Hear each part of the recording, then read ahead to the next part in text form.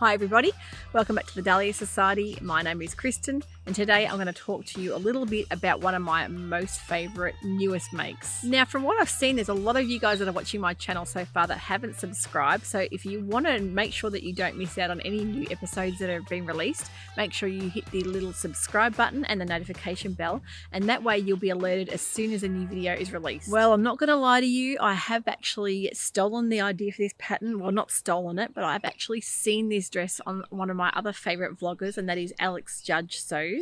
She actually did a little review on one of these dresses that she made a couple of weeks ago, and since then I have been dying to make one, and I really wanted to find the perfect pattern for this particular fabric that I found on Seamstress fabrics. I really wanted to find the perfect pattern for this beautiful fabric that was kindly gifted to me by Seamstress Fabrics.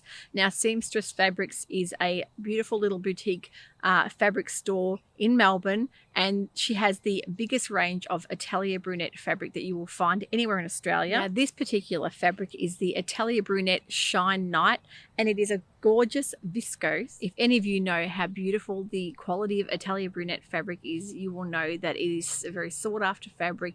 A lot of the pattern designers you'll see, they showcase their new patterns when they're released. A lot of them use the Atelier Brunette fabrics as well. So it's the kind of thing that you really want to showcase, and you want to make sure you have the perfect pattern that fits you the best to show it off. Now, as I said in a recent episode, I was shopping online at Seamstress Fabrics and I actually bought some more of her Atelier Brunette range.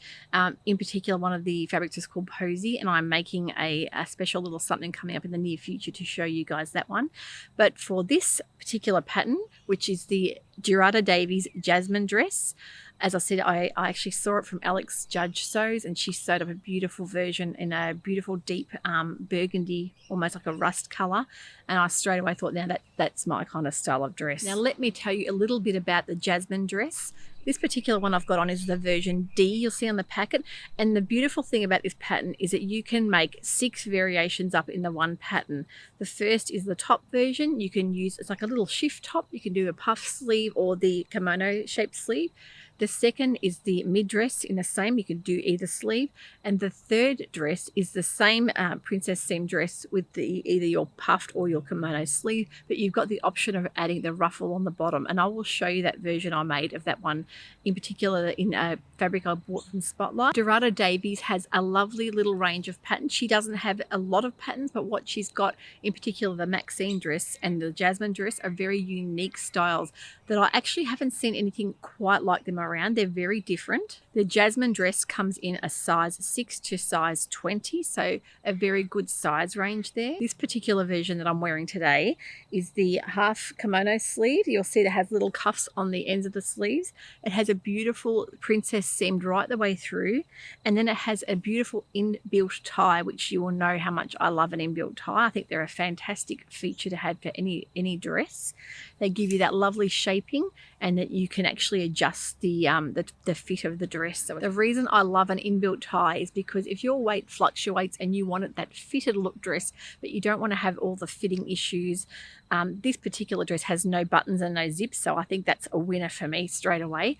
The inbuilt tie, I love the way that you can bring that shaping in and sculpt it in and tie it at the back, and you will automatically change the style of the dress. Now you can make this particular dress in any kind of light to medium weight fabric. I know on the pattern envelope, Dhurata Davies has a lovely lime green linen that will perfect in that dress, and the longer dress with the ruffle, she used more of a rayon looking drapier fabric.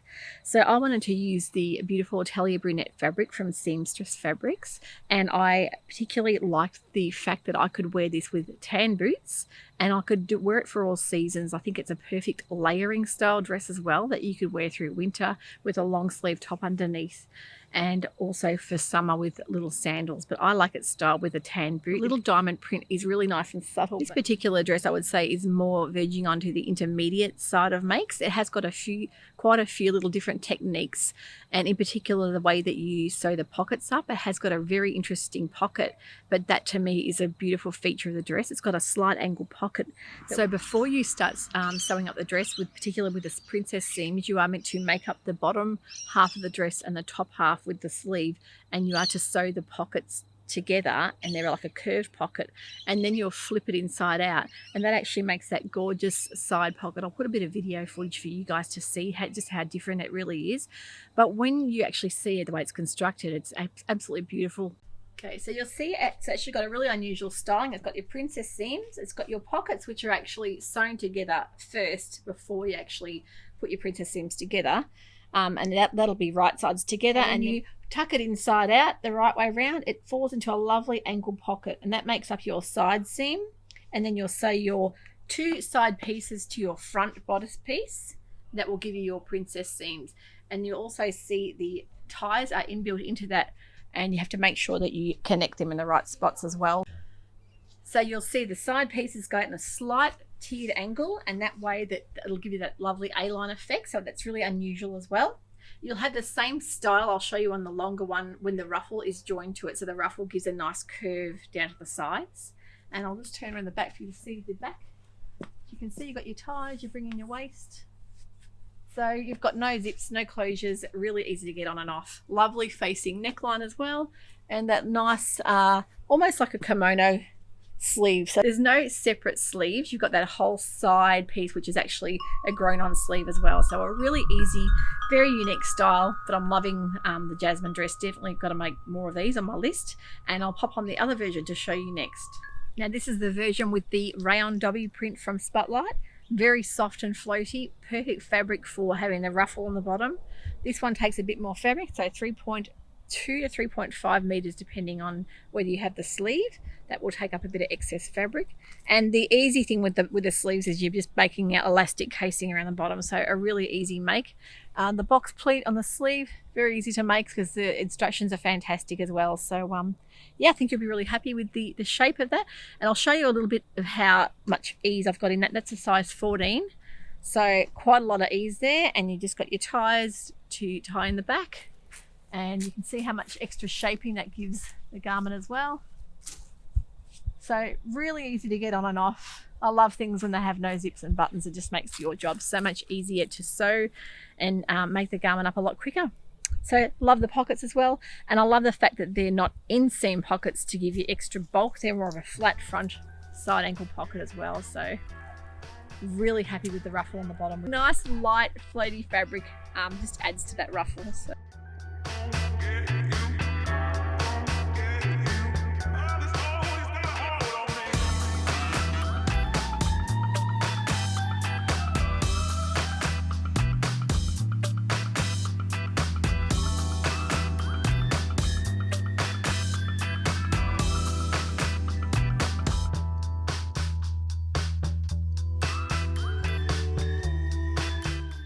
Now I made the size 14, and I did do a mock-up version in just some cotton lawn that I had from a few years ago. And I made a little mistake at the start. The mistake I made was by putting the pocket, joining the pocket to the top half of the dress.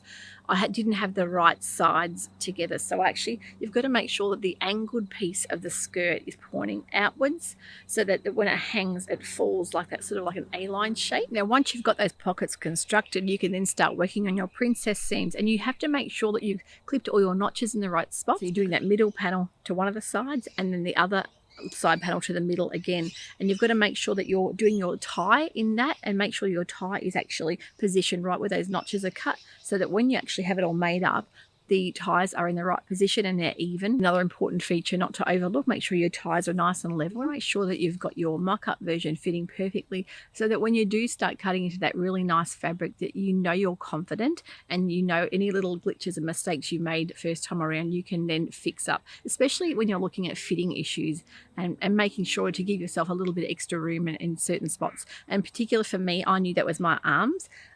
This particular dress, I wouldn't say it's a huge generous fit around the arms. I think that's a 14, and it has got a little bit of room, so it's more of a fitted dress. You won't find it to be a hugely oversized dress, so be very careful with that, and always look at your finished measurements. That's one way you'll get to know that you've actually sewn up the right size dress for you. So around about 3 meters for this mid-length version, and the second version, this is in the Rayon Dobby fabric that I bought from Spotlight recently, in a beautiful jade teal green with the rust pattern and flowers through it. It came up beautifully. Another thing I like about this dress is the neckline. It's got that beautiful shaped neckline, so it's not too high, not too low. It's a very wearable design.